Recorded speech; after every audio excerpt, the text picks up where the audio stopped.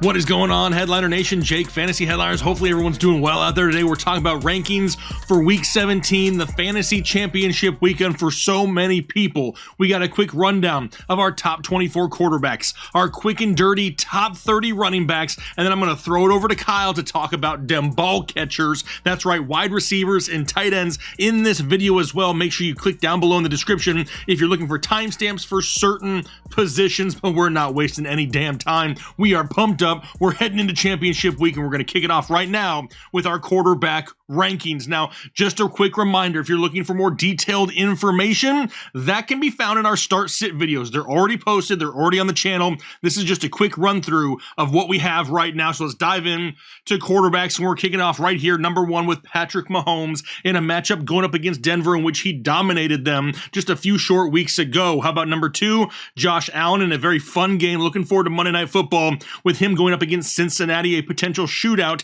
against Joe Burrow. Number three, Justin Fields against Detroit, who he was the quarterback one against just a few weeks ago as well. Number four, Joe Burrow in that matchup with Josh Allen. Followed by number five, Dak Prescott going up against Tennessee, who's resting a lot of their starters, which means we could see Dak Prescott rack up some first half points, rely on the run in the second half. Got him at number five. Number six, Jared Goff, Detroit Lions. He's at home, and we love home Jared Goff. Number seven is Trevor Lawrence. They're not resting starters in Jacksonville. They want to continue to win ball games, and he's got a matchup against Houston. He's at number seven. Number eight, Kirk Cousins, Minnesota Vikings. And they have a matchup this week going up against the Green Bay Packers in Green Bay with a chance of knocking them out of any possible playoff hope. Got Kirk Cousins at eight. Nine, Justin Herbert, because right now he's just not throwing enough touchdowns to be any higher. For 10 then is Aaron Rodgers in that matchup going up against Minnesota. It's a home game, and he's got to continue to win, a must-win situation. So we got Aaron Rodgers at 10. Number 11,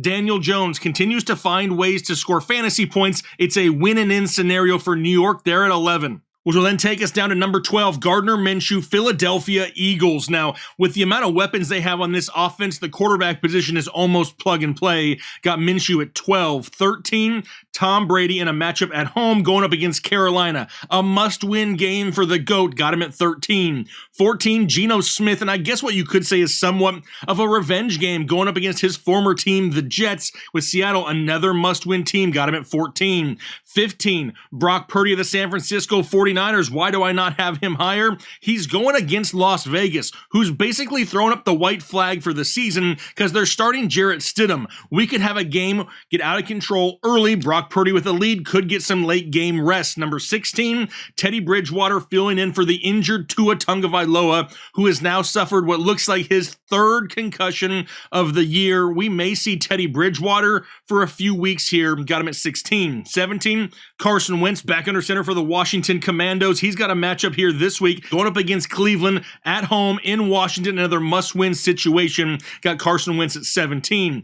18 is Deshaun Watson, the Cleveland Browns, going up against those Washington Commandos. Can't seem to get much of a ceiling for Deshaun Watson as of late, so he's at 18. 19, Mike White of the Jets. Would love to put him higher, but honestly, with the rib injuries he's had here as of late, he is one shot away from being pulled from this ball game. That's why I've tempered expectations. Got him down at 19.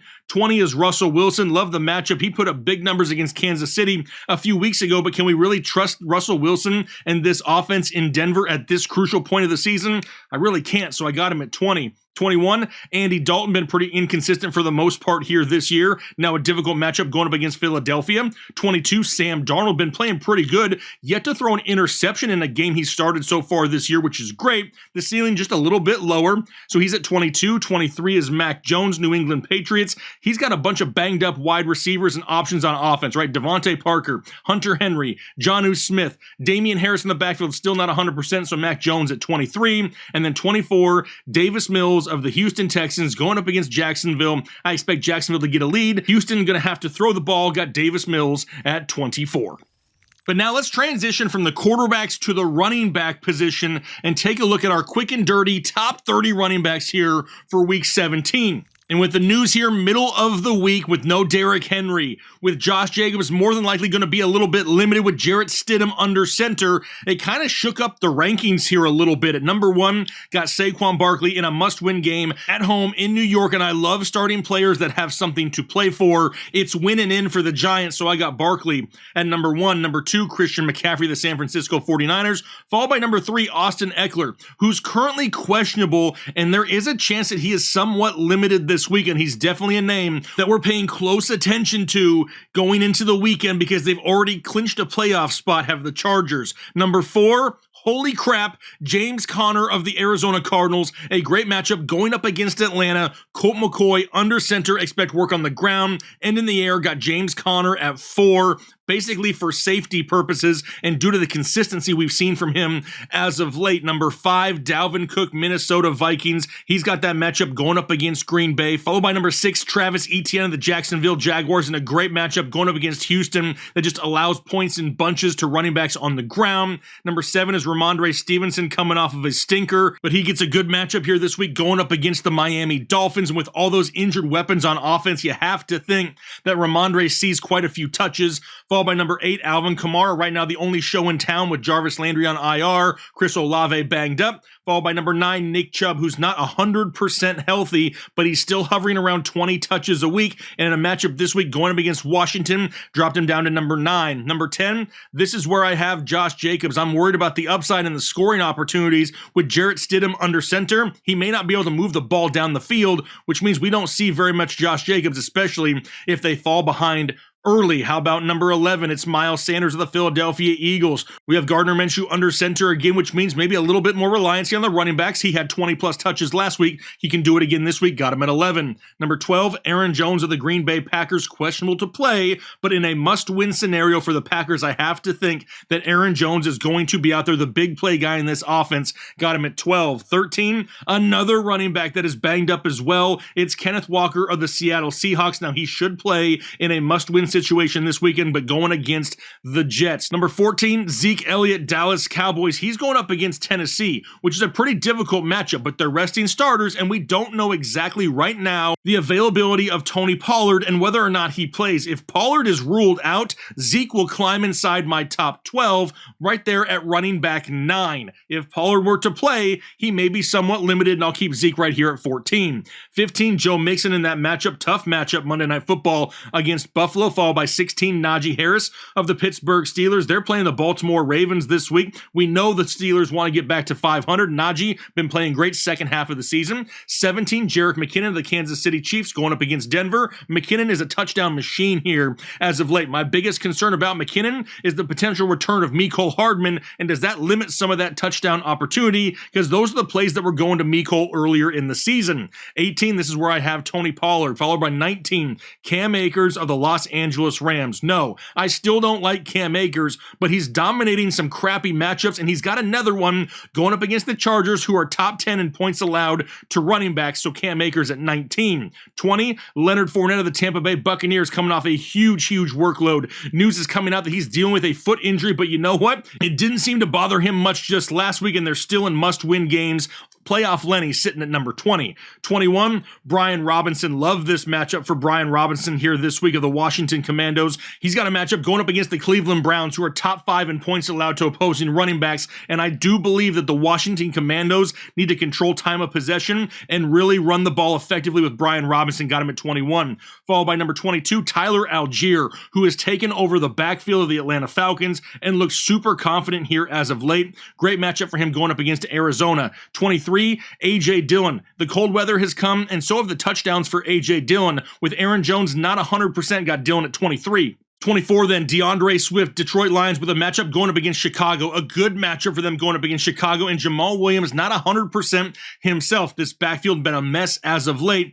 Looking for a slight bounce back, or DeAndre Swift got him at 24. 25, his opponent in that game, David Montgomery, going to have to deal with a split backfield with Khalil Herbert, and we know that Justin Fields is going to be out there running as well. 26 is where I have Jamal Williams as of right now until we get more information whether or not he's going to be available or not. 27 is Isaiah Pacheco of the Chiefs going up against those Denver Broncos, followed by 28, Zonovan Knight, Bam Knight. The only time he's done anything in this backfield is with Mike White under center. Who's the quarterback this weekend? It's Mike White, got Bam Knight at 28. 29 is Donta Foreman, continues to be the top producer in the backfield of the Carolina Panthers and is flirting with 20-plus touches a game, got him at 29. And then 30, J.K. Dobbins of the Baltimore Ravens. Not the greatest matchup for him, but we definitely need to see some more big plays out of this backfield, and he's the big play guy, not Gus Edwards. Got Dobbins at 30.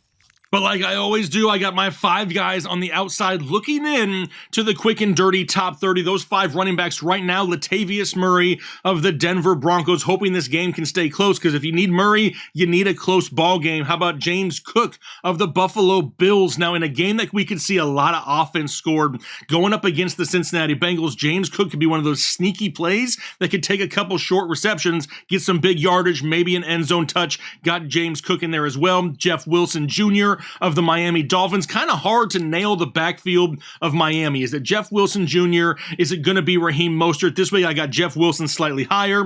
Rashad White, Tampa Bay Buccaneers. We know that Tom Brady is checking down to his running backs a lot. We've seen it with Fournette. We've seen it with White, so he's an option. And then lastly, if I have James Cook, I also have to have, damn it, Devin Singletary, because if there's an option for a goal line touch, more than likely it's going the way of Devin Singletary, and I expect a lot of points in this ball game. So he's also just on the outside looking in. But now that we've gone through quarterbacks and we've gone through running backs, it's time for me to throw it over to Kyle to talk about them ball catchers. Yo, Jake, you're damn right. We've got some ball catchers we got to talk about. Listen, lots of changes at the quarterback position, lots of unknowns this week, it feels like. So we got to break down, where are these guys ranked? Who are we starting over who? We're going to talk about wide receivers and tight ends. But first up, my top 36 wide receivers. Let's just jump straight into the action. CeeDee Lamb is going to be number 1 overall this week, going up against a Tennessee team that is absolutely just crippled right now. They're not going to start many of their starters. They have a lot of guys injured, and they already give up the most fantasy points to opposing wide receivers. Back-to-back 120-yard receiving days for CeeDee Lamb. Give me him as the number 1 wide receiver this week. Justin Jefferson, a little bit of a tougher matchup against Green Bay. It doesn't matter. We're throwing him out there as the wide receiver too. Ja'Marr Chase going up against Buffalo. This is a Buffalo defense that actually gives up quite a few fantasy points to opposing wide receivers. And we've got a shootout. Give me Ja'Marr Chase. Stefon Diggs at number 4 going up against Cincinnati. Basically the same thing I just said about Ja'Marr Chase. Cincinnati defense, yeah, a little bit tougher than Buffalo secondary, but it doesn't matter. A shootout, lots of back and forth. Let me see some Stefon Diggs this week. Tyreek Hill going up against the New England Patriots. Yes, even with Teddy Bridgewater, I'm going to put Tyreek Hill all the way up here. Here's a couple of reasons why. Number 1, they're going to have to throw the football, all right? It's just part of the game plan. And the way that they utilize their game plan with Tua actually fits what Teddy Bridgewater does well anyway. He's accurate over the middle of the field in those short routes, and Tyreek Hill can take any short pass to the house. As long as we give him the volume, he should still have a more than fantasy viable day for all of you out there. Keenan Allen going up against the LA Rams. Allen, since he returned in week 11, the wide receiver 8.5 PPR leagues. In full PPR leagues, he's even higher. A.J. Brown going up against New Orleans. Doesn't matter if it's Jalen Hurts. Doesn't matter if it's Gardner Minshew. A.J. Brown could have himself a day against the New Orleans Saints. Philadelphia has to win. They need that number 1 seed locked up. They've got to do it this week. Amon-Ra St. Brown going up against Chicago. We know, I say it every week, he's game plan proof. You can do all sorts of things with Amon-Ra St. Brown. Absolutely lock him in as the top 12 wide receiver that he is. Garrett Wilson against Seattle is going to make it into my top 9 with Mike White being back. Absolutely. Even though Seattle is a tough secondary and they allow like the 3rd fewest fantasy points to opposing wide receivers, it doesn't matter. Garrett Wilson is going to get a ton of targets this week. Davante Adams. Now, this is going to be one that a lot of you are asking about with Derek Carr heading to the bench and Stidham becoming the starter. A lot of people are saying, do we even still start Davante Adams? Not only am I still starting Davante Adams, but I'm going to keep him inside the top 12. And some of you might think that's a little bit high, and I understand why, and you're more than welcome to your opinion. However, my opinion is San Francisco secondary actually isn't that great at stopping opposing wide receivers. Part of the reason why they get big leads. Other teams have to pass it consistently, and they give up fantasy points that way. That's part of it, all right? The other part is they at times have given up some big plays to wide receivers. San Francisco's defense is absolutely tremendous, but Las Vegas is going to have to throw it, and they're going to have to throw it to somebody, right? And what better way to set up your young quarterback that you want to see how he is? I'm doing air quotes because that's not the reason he's playing.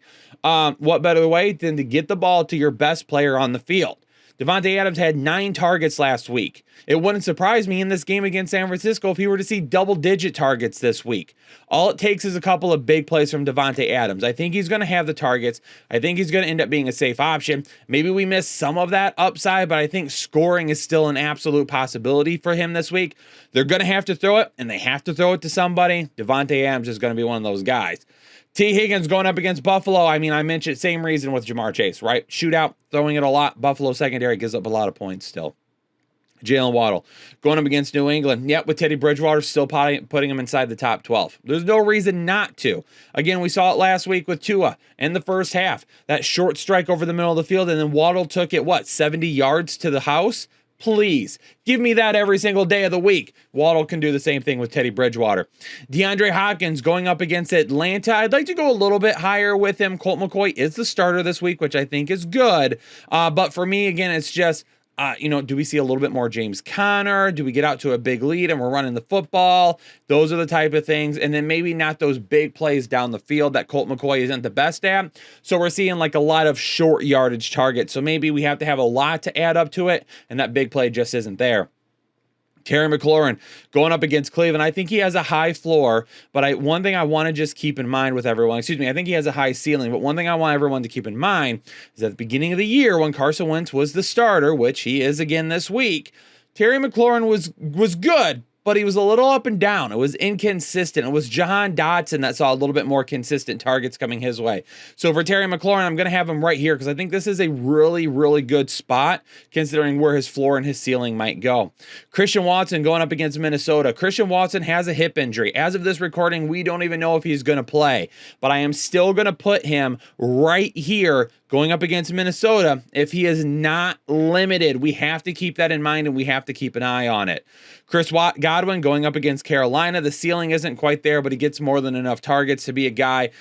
He'll have the targets. We just hope that he has to really start getting some of those catches and finding the end zone again. DK Metcalf against the New York Jets. Very tough secondary for DK, and he might be really the only pass catcher out there this week. Christian Kirk going up against Houston. The emergence of Zay Jones being such a reliable guy over the last several weeks has kind of capped Christian Kirk's upside, so I'm going to put him right here. Mike Williams against the LA Rams. Keenan Allen is that dude right now. You've got Austin Eckler, who's getting a lot of targets. Maybe he doesn't play this week. If Austin Eckler ends up not playing this week, then I'm going to take Mike Williams and I'll probably bump him up above Christian Watson, maybe even above Terry McLaurin. So just keep that in mind as we talk about that throughout the rest of the week. Devontae Smith going up against Nolans. Got Devontae Smith here at number 20. Why? I'd like to go higher with him, but Dallas Goedert being there could mean some extra targets away from Devontae Smith at any point in time. That's the way it was at the beginning of the season. Now, if Gardner Minshew starts, does that change things a little bit? We did see that change last week, but Dallas Goedert is still highly capable of some big plays. So that's the only reason I don't go higher with Devontae Smith is just because of Dallas Goedert. Mike Evans against Carolina. Awful floor for me based on what we've seen over the last several weeks, but still a really high ceiling. Last time they played Carolina, he had like an 80-yard touchdown wrapped up, but it hit his hands and then he started to drop it and then he tried to catch it and it bounced up and away from him. That would have been, he was wide open. His defender had fallen down. Allen Lazard going up against Minnesota. Now listen carefully. If Christian Watson does not play, Allen Lazard will stick right here, and then we'll talk about Romeo Doubs here in just a second and where he would land. But this is where Allen Lazard stays, even if there's no Christian Watson, and then we'll talk about the Doubs as well. Zay Jones going up against Houston. Again, Zay Jones has been a guy that obviously, bad week last week, and we knew that against the Jets. If you played him, you bake that into it, hopefully, and you weren't upset that you got, very few fantasy points from him, but we'll see him back and on the case this this week. Jerry Jeudy against Kansas City. I'm going to have him as a start this week. Big playability is there for Kansas City. He continues to be the wide receiver one. Jacoby Myers against Miami. Someone's got to catch them balls, and Jacoby Myers is really the only ball catcher for New England that I trust. Brandon Ayuk. Oh, and by the way, Hunter Henry banged up, so that helps. Brandon Ayuk against Las Vegas. Going to have him right about here. George Kittle, really that main target right now. Brandon Ayuk, a little big play dependent. Amari Cooper going up against Washington. A guy that the big plays haven't been there for him. We're looking about 40, 50, 60 receiving yards, and we hope he finds the end zone as well. Courtland Sutton going up against Kansas City. Again, a good matchup for Courtland Sutton, but Jerry Jeudy's been the guy. Sutton still had 7 targets last week, and this matchup I would expect him to be right about the same.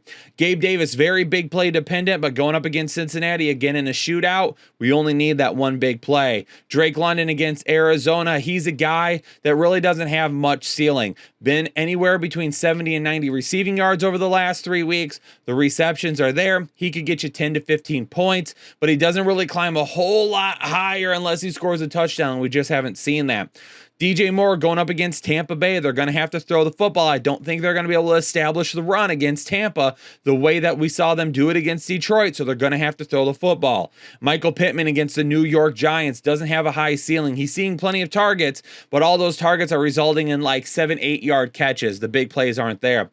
Deontay Johnson going up against Baltimore. Would love to go a little bit higher with Deontay Johnson, but for me, he's going to get the most targets. He's going to get the most targets, but the ceiling isn't really there. For Brandon Cooks going up against Jacksonville, very touchdown dependent. Marquise Brown going up against Atlanta, he's very big play dependent. And then George Pickens is right here at number 36 on the outside looking in because Pat Freiermuth gets the most targets. Then Deontay Johnson will get a good amount of targets, and I think he's the safest bet. George Pickens is a little more touchdown dependent for me. That's why he's a little bit lower than Deontay Johnson, but his upside is higher than Deontay Johnson. So if you're looking for a high upside play, then that's where we're going with George Pickens at number 36. I've got a few guys on the outside looking in. Let's talk about them. First up is Donovan Peoples-Jones. Again, Amari Cooper is seeing a lot of those short yardage targets, a little bit more of that possession receiver. Donovan Peoples-Jones needs to have that bigger play. Isaiah Hodgins and Darius Slayton, both of these guys are starts for me this week, but they are still risky, and that's why they're on the outside looking in, because if you look at their upside, it's not really there if they don't score a touchdown. Darius Slayton could get you 3 or 4 receptions for 70 or 80 yards, but if he doesn't score, you're going to get like 8, 9 fantasy points from him. Isaiah Hodgins, if he doesn't score, he could get 5 or 6 receptions for 60 or 70 yards. And again, maybe you're right around that 12-point mark, but if he doesn't score, the upside isn't there. I like them both to potentially score this week, but they're highly risky. That's why they're on the outside looking in. Again, they are both starts though. Jahan Dotson is a start this week. 4 touchdowns in 4 games to begin the season with Carson Wentz. He's touchdown dependent for me, but the possibility is absolutely there. DJ Chark, over 90 receiving yards in 3 of his last 4 games. Romeo Doubs going up against Minnesota, and this is where we got to talk about Dobbs. So again, if Christian Watson doesn't play, we drop him out of the 15 spot. We leave Allen Lazard right there at number 22, and then Romeo Doubs will go up above Jacoby Myers at wide receiver 25 for me, with even the ability to go a little bit higher. And then Dante Pettis, he was a sit for me, but wanted to mention him again because he does have touchdown touchdown. I was going to say dependency, and then I decided to change it to potential, so then it become depential. He has touchdown potential this week. The potential is there, but he is going to be dependent on that touchdown to even be close to 10 fantasy points. Let's kick it over to the tight end position now. Travis Kelce is at number 1 going up against Denver. There isn't anybody better than Kelce at the tight end position. TJ Hawkinson has been absolutely safe at the position, coming off a huge week last week. The targets remain to be there going up against Green Bay. Absolutely, we're going to see TJ Hawkinson with some targets this week. George Kittle going up against Las Vegas. He's been the number 1 target for Brock Purdy over the last couple of weeks. Evan Ingram going up against Houston. We're seeing him remain fantasy viable for the longest stretch that we've seen in quite quite some time. Pat Freiermuth for Baltimore. He's the #1 target in Pittsburgh. Absolutely have to put him inside the top 5. Darren Waller is at number 6. I did have him a little bit higher with Derek Carr. I dropped him down a little bit. Again, Waller and Adams are the 2 best weapons on this offense. Yes, they're going to have to throw the football. It's going to have to happen. They're not going to put Stidham and then run it 50 times with Josh Jacobs. They're going to have to throw it against San Francisco. Throw Waller in here as well, hoping he finds a touchdown. Dallas Goedert for New Orleans. Would like to have him higher, but with how well Devontae Smith has been playing, they kind of offset each other and they just lower the floor, the ceiling for each other. David Njoku against Washington, more touchdown dependent for me. That's why I've got him a little bit lower. Down here with Cole Kmet, who absolutely sliced up the Detroit Lions the last time they played. 2 touchdowns, 74 receiving yards on 7 targets and 4 receptions. Tyler Conklin with Mike White going up against Seattle, who allows the most fantasy points to opposing tight ends. We are absolutely putting him inside the top 12 this week. Tyler Higbee, he's got 3 touchdowns over the last 2 weeks. He looks to be the #1 target for Baker Mayfield, and the matchup against the Chargers is actually really tough on the wide receivers. Dawson Knox going up against Cincinnati, touchdown dependent for me, but it is absolutely there. Mark Andrews drops all the way down to number 13 against Pittsburgh because he might get 7 targets, but he might only catch 5 of them for 40 yards. Dalton Schultz, he's got a lot of, he's very low with how much we could go seeing to CeeDee Lamb, running the ball with Zeke Elliott if they get up. Tony Pollard, right before I started recording, apparently is on the cusp of not playing tonight, which if that happens, that does bump Dalton Schultz up a little bit for me. If he doesn't play tonight, I probably put him up around tight end 10 or tight end 9 above Tyler Conklin. So just to keep an eye on that, on what could potentially happen.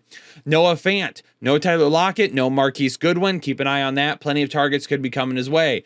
Juwan Johnson, the reason I've got him so much lower this week is because he's so touchdown dependent for me. And I just think a lot of the guys in front of him are going to see more targets than what he would. We just got to see New Orleans get to the red zone. If they do, then Juwan Johnson absolutely becomes a guy that could score on any single pass. Jonnu Smith, I'm keeping him inside the top 17 this week because Hunter Henry could end up being out. And then Greg Dulcich will round it out at number 18 for me this week. He scored that touchdown last week. Maybe he gets in the end zone again this week. I don't know, but I'm not betting on it, and he's not a start for me. But ladies and gentlemen,